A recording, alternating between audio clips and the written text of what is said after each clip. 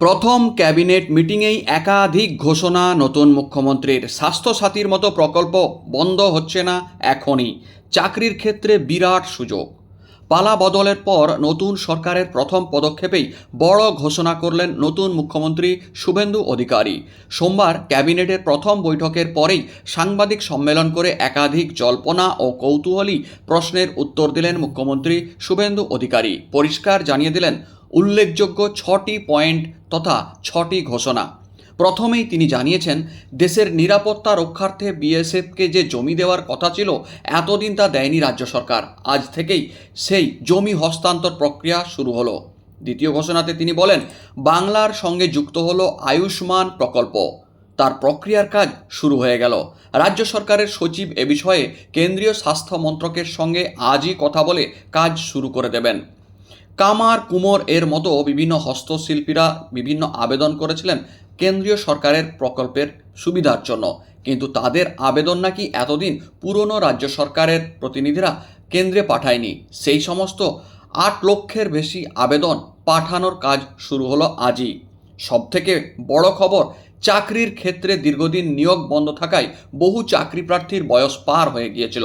তাদের জন্য 5 বছর আবেদনের সময়সীমা বাড়ানোর কথা মন্ত্রীদের ক্যাবিনেট বৈঠকে সিদ্ধান্ত হয়েছে। তাই ঘোষণা করলেন, চাকরি প্রার্থীদের আবেদনের সময়সীমা 5 বছর বাড়িয়ে দেওয়া হলো। সেই সাথে স্বাস্থ্য সাথীর মতো যে সমস্ত সামাজিক প্রকল্প চালু ছিল তা এখনই বন্ধ করা হচ্ছে না বলে জানিয়ে দিলেন মুখ্যমন্ত্রী। তবে তা সঠিক লোক পাচ্ছে কিনা সেটা খতিয়ে দেখার প্রক্রিয়া অবশ্য চলবে। এদিন মুখ্যমন্ত্রী আরও ঘোষণা করেছেন, প্রথম দিনের বৈঠকের জন্য সমস্ত কাগজপত্র এখনই প্রস্তুত হয়নি, তাই যতখানি হয়েছিল ততখানি সিদ্ধান্ত নেওয়া হয়েছে। ক্যাবিনেটের পরবর্তী বৈঠক হবে আগামী সোমবার। সেদিন সরকারি কর্মীদের ডিএ সহ বিভিন্ন উল্লেখযোগ্য বিষয়গুলি যা প্রতিশ্রুতি দেওয়া হয়েছিল সেগুলির ঘোষণা করা হবে। ফলে নতুন সরকারের প্রথম বৈঠকের প্রথম দিনই একাধিক বড় পদক্ষেপের কথা ঘোষণা করলেন মুখ্যমন্ত্রী শুভেন্দু অধিকারী। সবথেকে বড় বিষয় যা সরকারি কর্মীরা অপেক্ষা করে রয়েছেন, ডিএ ও এরিয়ার এই সমস্ত বিষয়গুলি সেদিনই ঘোষণা করে দেওয়া হবে বলে জানিয়ে দিলেন মুখ্যমন্ত্রী শুভেন্দু অধিকারী। কি বললেন শোনা যাক। আমরা আজকে প্রথম ক্যাবিনেটের মিটিং করেছি। আমার সাথে মন্ত্রিসভায় যারা যোগদান করেছিলেন 5 জন আমার অত্যন্ত গুরুত্বপূর্ণ সতীর্থ, সম্মানীয় দিলীপ ঘোষ মহোদয়, সম্মানীয় অগ্নিমিত্রা পাল, সম্মানীয় অশোক কীর্তনিয়া, সম্মানীয় ক্ষুদিরাম টুডু, সম্মানীয় নিশীথ প্রামাণিক, তারা আজকের এই ক্যাবিনেটে গুরুত্বপূর্ণ ক্যাবিনেটে অংশগ্রহণ করেছে। এর বাইরেও মুখ্য সচিবের নিয়ন্ত্রণে সরকারি আধিকারিকরা এবং মুখ্যমন্ত্রীর দপ্তরের উপদেষ্টা সহ অন্যান্যরা ক্যাবিনেটে আমাদের সহযোগিতা করেছে। আজকে আমরা প্রথম ক্যাবিনেটে 6টা সিদ্ধান্ত নিয়েছি। আমাদের দেশের সুরক্ষার প্রশ্ন, পশ্চিমবঙ্গের সুরক্ষার প্রশ্ন এবং যেভাবে জনবিন্যাস বদলে গেছে, আজকে আমরা প্রথম দিনই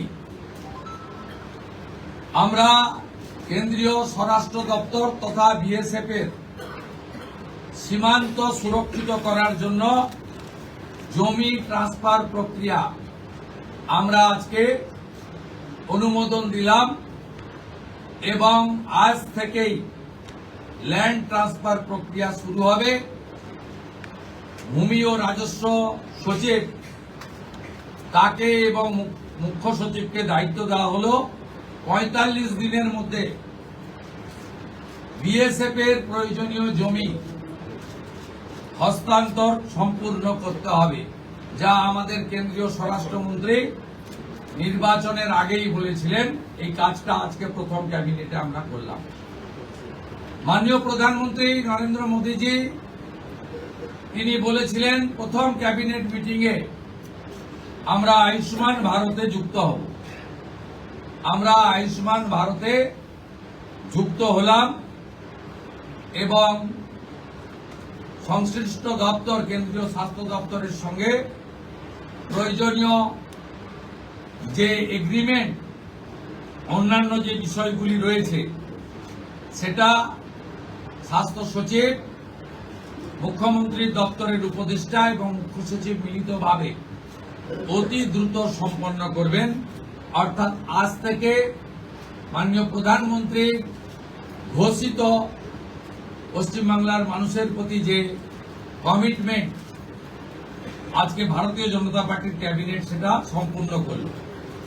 এর সাথে সাথে প্রধানমন্ত্রী জন আরোগ্য যোজনা, প্রধানমন্ত্রী ফসল বীমা যোজনা ক্রপ ইন্স্যুরেন্স, প্রধানমন্ত্রী স্কুলস ফর রাইজিং ইন্ডিয়া পিএম-শ্রী, প্রধানমন্ত্রী বিশ্বকর্মা, বেটি বাঁচাও বেটি পড়াও, প্রধানমন্ত্রী উজালা যোজনা 3.0 এবং অন্যান্য কেন্দ্রীয় স্কিম বা সেন্ট্রাল গভর্নমেন্ট স্পন্সর্ড স্কিম আমরা যুক্ত হওয়ার সিদ্ধান্ত নিলাম। বিশ্বকর্মা যোজনায় আমাদের যারা বিশ্বকর্মা আছেন, হাতের কাজ করেন, আমাদের কামার কুমোর থেকে কুম্ভকার, স্বর্ণকার থেকে মালাকার থেকে তাঁতি থেকে নাপিত থেকে সবাই যারা 8,65,000 আবেদন করে রেখেছিলেন, আগের সরকার যাদের আবেদন জেলা শাসকদেরকে দিয়ে কেন্দ্রের এমএসএমই দপ্তরে পাঠাতে দেননি, আমরা দ্রুত ওই 8,65,000 পিটিশনকে পাঠানোর ব্যবস্থা নিলাম।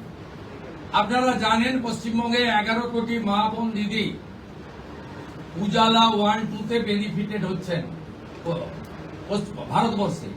পশ্চিমবঙ্গে 11 কোটির মধ্যে 1,29,00,000 পান, সবচেয়ে হাইয়েস্ট। 400 টাকা কম মূল্যে তারা গ্যাস ক্রয় করেন। প্রধানমন্ত্রী আরো 75 লক্ষ দেশে চালু করেছিলেন এবং বাংলার জন্য কোটা ছিল 15 লক্ষ। গ্রাহক বিতরণ কেন্দ্রে হাজার হাজার দরখাস্ত পড়ে থাকা সত্ত্বেও শুধু রাজনৈতিক কারণে এই পিটিশনগুলো ডিএমরা সংশ্লিষ্ট দপ্তরে কেন্দ্রীয় সরকারের কাছে পাঠায়নি। তাই আমাদের মা বোন দিদিরা বঞ্চিত হচ্ছিলেন। আমরা গ্রাহক বিতরণ কেন্দ্রে পড়ে থাকা সমস্ত পিটিশন অতি দ্রুততার সঙ্গে জেলা শাসকদের সংশ্লিষ্ট কেন্দ্রীয় মন্ত্রক পেট্রোলিয়াম ডিপার্টমেন্টে পাঠিয়ে দেওয়ার নির্দেশ দিলাম। এর ফলে উজালা যোজনা 3 তাতে পশ্চিমবঙ্গের আরো কয়েক লক্ষ মা বোন দিদি যুক্ত হওয়ার সুযোগ পেলেন। আমাদের পঞ্চম সিদ্ধান্ত, এতদিন পর্যন্ত পশ্চিমবঙ্গে national cadre is IPS, Paschimbanga cadre WBCS WBPS এদের কোনো কেন্দ্রীয় সরকারের ট্রেনিং এ কেউ যুক্ত হতেন না। এটা মুখ্যমন্ত্রীর অলিখিত নির্দেশ ছিল। আগের মুখ্যমন্ত্রী, বিদায়ী মুখ্যমন্ত্রী, প্রাক্তন মুখ্যমন্ত্রী। আমরা আজকে এই বিষয়ে চিফ সেক্রেটারিকে অন্য রাজ্যের যে নিয়ম আছে সেই নিয়ম ফলো করার জন্য আমরা তাকে এম্পাওয়ার করলাম, দায়িত্ব দিলাম।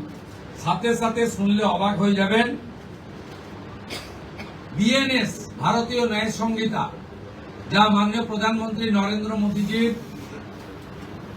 নেতৃত্বে কেন্দ্রীয় স্বরাষ্ট্রমন্ত্রী মাননীয় অমিত শাহজি পার্লামেন্টের দুটো কক্ষে অনেক আগে অনুমোদন করেছেন, রাষ্ট্রপতি মহোদয়ের সই হয়েছে, রুল হয়ে গেছে। আমরা আশ্চর্য হয়ে গেছি যে এখানে বিএনএস কার্যকর করা হয়নি, অর্থাৎ অত্যন্ত অবৈধভাবে সংবিধানকে বৃদ্ধাঙ্গুষ্ঠ দেখিয়ে আগের সিআরপিসি আইপিসি চলছিল। আজ থেকে বিএনএস এ যুক্ত হলো পশ্চিমবঙ্গ সংবিধান মেনে। আগের সিআরপিসি আইপিসি এই আইন আর থাকলো না। ভারতীয় ন্যায় সংহিতাতে আমাদের আজ থেকে কাজ শুরু হলো। এরও ছাড়পত্র ক্যাবিনেটের প্রথম দিলেন। ষষ্ঠ সিদ্ধান্ত, মাননীয় স্বরাষ্ট্র ও সমবায় মন্ত্রী অমিত শাহজি নির্বাচন প্রচারে রায়দিঘি থেকে বলেছিলেন যে 2015 সালের পরে পশ্চিমবঙ্গে কোনো রিক্রুটমেন্ট হয়নি, তাই প্রচুর শিক্ষিত যুবক যুবতীর বয়স চলে গেছে। 5 বছর এক্সটেনশন মানে আবেদনের বয়সের ঊর্ধ্বসীমা ক্যাবিনেট মঞ্জুর করলো, এটাও আজকে আমরা করলাম। আজকে এই ক্যাবিনেট সিদ্ধান্তগুলো আমরা নিয়েছি। আমাদের আরো বেশ কিছু কমিটমেন্ট রয়েছে যেগুলো ইতিমধ্যে আপনারা জানেন। আমরা পরবর্তী সোমবার আবার একটি ক্যাবিনেট মিটিং করব। সেক্ষেত্রে আমাদের আরো আমাদের আরজিকর সহ নারী নির্যাতনের বিষয়ে, প্রাতিষ্ঠানিক দুর্নীতির বিষয়ে, পে কমিশনের বিষয়ে, এরিয়া ডি এর বিষয়ে, এই যে বিষয়গুলি আছে আমরা পরবর্তী ক্যাবিনেটে সেগুলো করব। কারণ আমরা আমাদের যে অফিসিয়াল কাজকর্ম দেখে আমাদের খুব বেশি সময় আমরা পাইনি।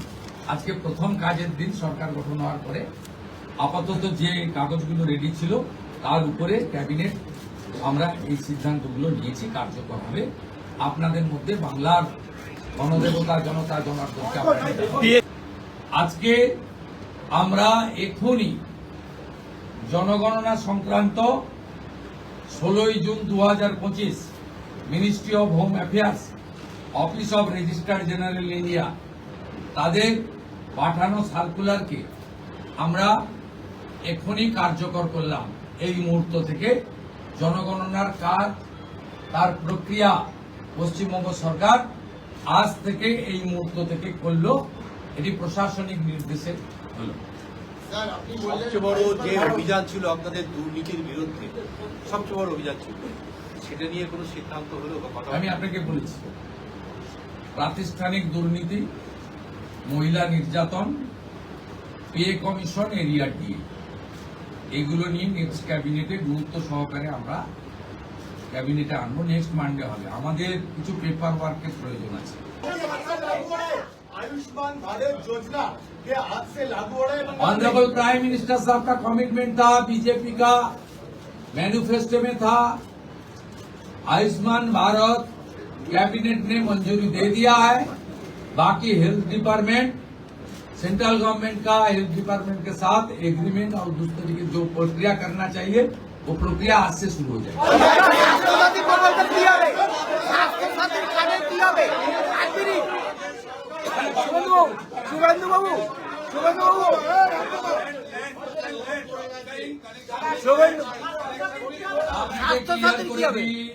কোন চালু থাকা সামাজিক প্রকল্প বন্ধ হচ্ছে না।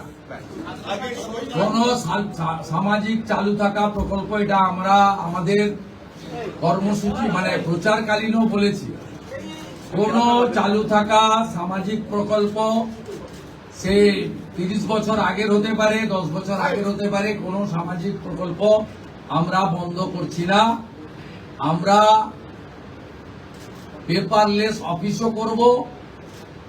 আমরা সমস্ত পোর্টালগুলোকে আপডেটও করব এবং সমস্ত বেনিফিশিয়ারি ডিবিটির মাধ্যমে, যেটা নরেন্দ্র মোদীজির নেতৃত্বে দেশের সরকার করেছে, ডাইরেক্ট বেনিফিট ট্রান্সফারের মাধ্যমে হবে এবং সবটাই স্বচ্ছতার সঙ্গে হবে। আপনার প্রশ্নের উত্তরে আমি পরিষ্কার বলে দিই, যে স্কিমটার কথা আপনি বলেছেন, আমি শুধু ওই স্কিমটা নয়, চালু থাকা কোন সামাজিক কল্যাণকর কর্মসূচি বন্ধ এই সরকার করছে না, কিন্তু ট্রান্সপারেন্ট স্বচ্ছতার সঙ্গে সেগুলো হবে। কোন মৃত ব্যক্তি তিনি কোন সামাজিক প্রকল্পের সুযোগ পেতে পারেন না, আপনিও বলবেন না পাওয়া উচিত।